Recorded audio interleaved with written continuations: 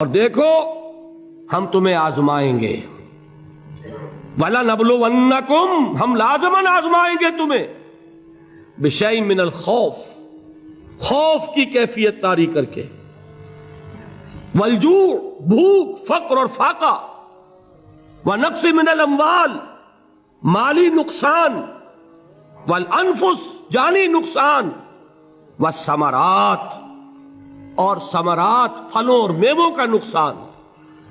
میرے نزدیک یہاں پر ثمرات کا مفہوم ایک اور بھی ہے۔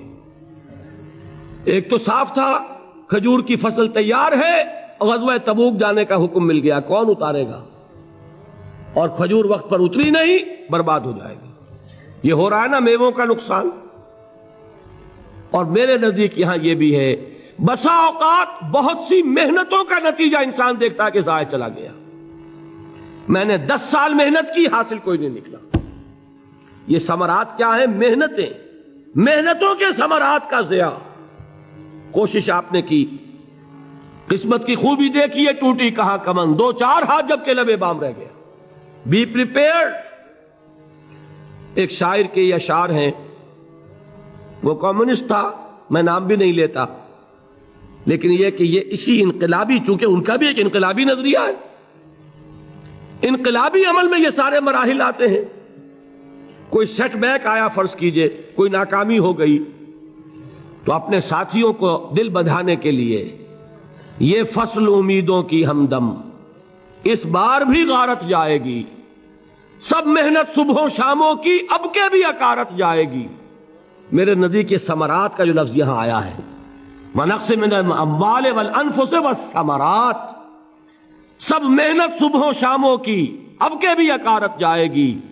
دھرتی کے کونوں کھدروں میں پھر اپنے لہو کی کھاد بھرو، پھر مٹی سینچو اشکوں سے، پھر اگلی رت کی فکر کرو، پھر اگلی رت کی فکر کرو، جب پھر ایک بار اجڑنا ہے، ایک فصل پکی تو بھر پایا، تب تک تو یہی کچھ کرنا ہے۔ ایک مقصد ہے سامنے، انقلاب برپا کرنا ہے۔ ایک کوشش ناکام ہو جائے کوئی پرواہ نہیں، نیکسٹ، پھر تیار رہو ناکامی کے لیے۔ ایسا نہ ہو جو انگریزی میں کہتے ہیں hope for the best but be prepared for the worst. ایسا نہ ہو کہ دوسری مرتبہ ناکام ہو کے بددل ہو جاؤ، تمہاری ہمتیں جواب دے جائیں، نہیں، پہلے سے تیار رہو کہ دوسری مرتبہ بھی ناکامی آئے تو آئے، لیکن جب تک کہ کامیابی حاصل نہیں ہوتی ہمیں یہ کام کیے چلے جانا۔ دیکھیے سیرت میں آیا کہ نہیں یہ واقعہ؟ بدر میں مسلمانوں کو فتح ہوئی تو احد میں زک پہنچی کہ نہیں؟ 70 صحابہ شہید ہوئے کہ نہیں؟ اگر ان کی ہمتیں جواب دے جاتی تو گاڑی کیسے چلتی آگے؟ تو فرمایا وَلَنَبْلُوَنَّكُمْ بِشَيْءٍ مِّنَ الْخَوْفِ وَالْجُوعِ وَنَقْصٍ مِّنَ الْأَمْوَالِ وَالْأَنفُسِ وَالثَّمَرَاتِ، ہم تمہیں لازماً آزمائیں گے، خوف کی کیفیت سے، فقر و فاقے کی کیفیت سے، بھوک سے، جان کے نقصان سے، مال کے نقصان سے، محنتوں کے حاصل کے ضائع ہو جانے سے۔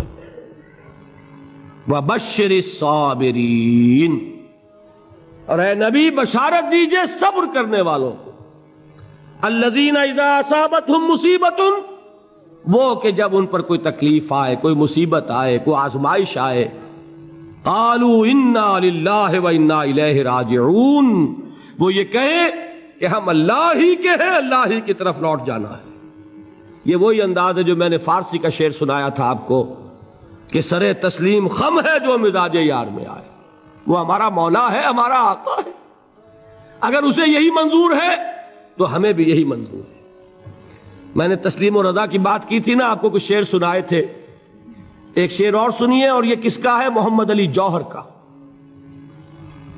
ایک مرتبہ جیل گئے، ان کی ایک بیٹی جوان بیمار ہوئی، فوت ہو گئی، باہر چھوڑا انگریز نے، جاؤ بھائی دفن کر دو بیٹی کو۔ دوسری مرتبہ جیل گئے، دوسری جوان بیٹی اسی مرض میں مبتلا ہوئی، اب یہ جیل میں ہے، خبر پہنچی کہ دوسری بیٹی کے اوپر بھی اسی مرض کا حملہ ہوا ہے۔ ایک نظم لکھی ہے جس کا آخری شعر یہ ہے، تیری صحت ہمیں منظور ہے لیکن اس کو نہیں منظور تو پھر ہم کو بھی منظور نہیں۔ یہ ہے، جب تک یہ کیفیت نہ ہو اس میدان میں آدمی ثابت قدم نہیں رہ سکتا۔ کہ میرے رب کو اگر یہ منظور ہے تو یہی مجھے منظور ہے، اور تیری صحت ہمیں چاہیے تو ضرور، لیکن ہمارے رب کو منظور نہیں تو ہمیں بھی منظور ہے۔ راضی برضائے رب۔ وبشر الصابرین الذین اذا اصابتهم مصیبۃ قالوا انا للہ وانا الیہ راجعون۔ نہ شود نصیب دشمن کے شود ہلاک تیغت، سر دوستہ سلامت کے تو خنجر آزمائی۔ اولئک علیہم صلوات من ربہم ورحمہ، یہی ہیں وہ لوگ جن پر ان کے رب کی طرف سے عنایتیں ہیں اور رحمتیں ہیں۔ وَأُولَٰئِكَ هُمُ الْمُهْتَدُونَ، اور یہی ہیں وہ لوگ جو کامیاب ہونے والے ہیں، ہدایت پانے والے، ہدایت یافتہ۔ اسی سورہ بقرہ میں ذرا آگے چل کر، یہ تو ہے 20واں رکوع، 19واں رکوع، 21ویں رکوع کی پہلی آیت ہے لَيْسَ الْبِرَّ أَن تُوَلُّوا وُجُوهَكُمْ قِبَلَ الْمَشْرِقِ وَالْمَغْرِبِ وَلَٰكِنَّ الْبِرَّ مَنْ آمَنَ بِاللَّهِ وَالْيَوْمِ الْآخِرِ وَالْمَلَائِكَةِ وَالْكِتَابِ وَالنَّبِيِّينَ وَآتَى المال على حبه ذوي القربى واليتامى والمساكين وابن السبيل والسائلين وفي الرقاب وأقام الصلاة وآتى الزكاة والموفون بعهدهم إذا عاهدوا والصابرين في البأساء والضراء وحين البأس۔ اب یہ آیت جو ہے سورۃ العصر میں جو مضامین آئے تھے سارے اس میں موجود ہیں۔ وہاں ایمان کا لفظ آیا، یہاں 5 ایمانیات کی تفصیل آ گئی، اعمال کی تفصیل آئی، اور آخری بات وہاں کیا ہے وَتَوَاصَوْا بِالصَّبْرِ، اور یہاں کیا ہے وَالصَّابِرِينَ فِي الْبَأْسَاءِ وَالضَّرَّاءِ وَحِينَ الْبَأْسِ، اور صبر کرنے والے، اصل نیکی ان کی ہے جو صبر کریں، کس میں؟ جنگ کے وقت، ذرائے، بأسائے، بأسا کہتے ہیں فقر اور فاقہ، واحد آئے گا باس تو اس کے معنی جنگ، اور بأسا جمع میں آئے گا تو فاقہ، فقر، بھوک، اور ذرائے جسمانی تکلیف، ضرر، جسمانی تکلیفوں میں صبر کرنے والے، فقر اور فاقے میں صبر کرنے والے، اور جنگ کے وقت صبر کرنے والے۔ اولئک الذین صدقوا واولئک هم المتقون، یہ ہیں وہ لوگ جو صبر کرنے والے ہیں، یہ ہیں جو سچے ہیں، جو اپنے دعوے میں نیکی کے اور ایمان کے صادق ہیں، اور یہی وہ لوگ ہیں جو متقی ہیں۔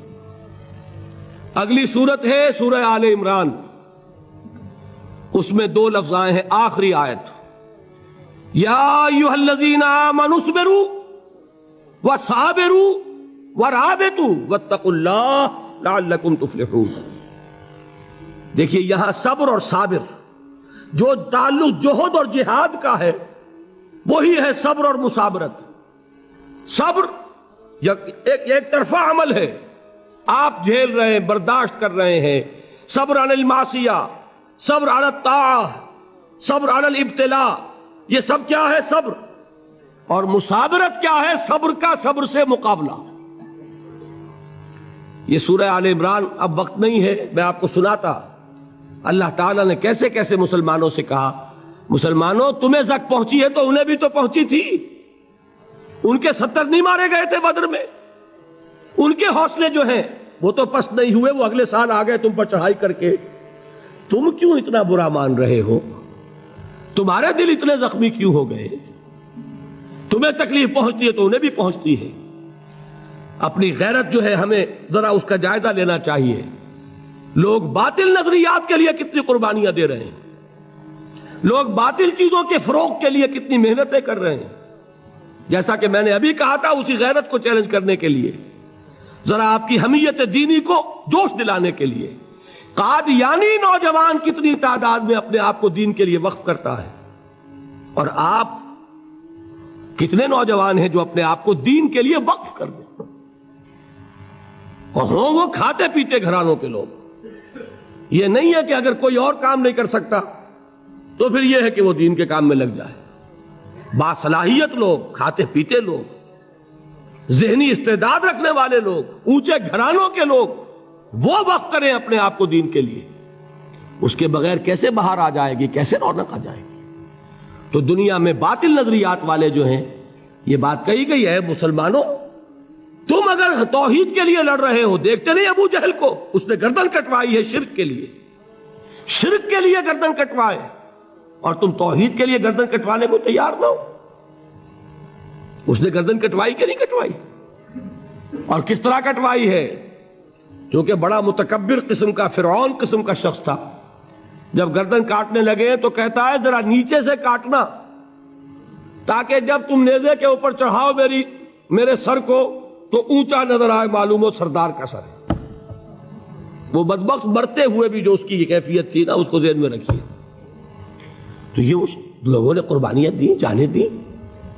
تو فرمایا اگر تم ان سے زیادہ قربانی نہیں دو گے، یہ جو نوٹ کر لیجئے اس کو، مجرد اگر حق کو غالب کرنا اللہ کے ذمے ہو تو آنے واحد میں غالب کر دے گا، تمہیں تکلیف ہی دینے کی ضرورت نہیں.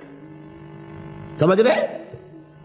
کیا اللہ کے مقابلے میں کوئی باطل کی طاقت ٹھہر سکتی ہے؟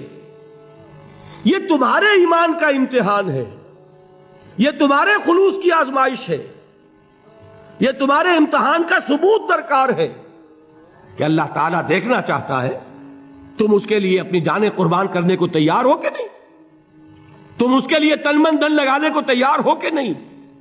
اور یہ جان لو کہ اگر کفار اور مشرکین اور ملحدین اور باطل نظریات والے وہ جو کچھ قربانیاں اپنے باطل نظریات کے لیے دے رہے ہیں، ان سے زیادہ اگر تم نہیں دو گے تو حق غالب نہیں ہوگا.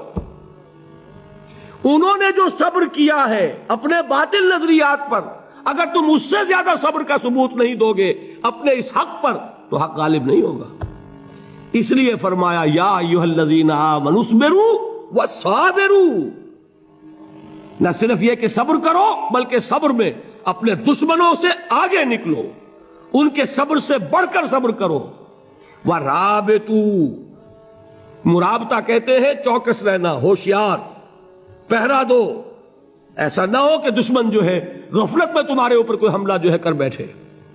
واتقوا اللہ، اور اللہ کا تقوی اختیار کرو، لعلکم تفلحون، تاکہ تم فلاح پاؤ.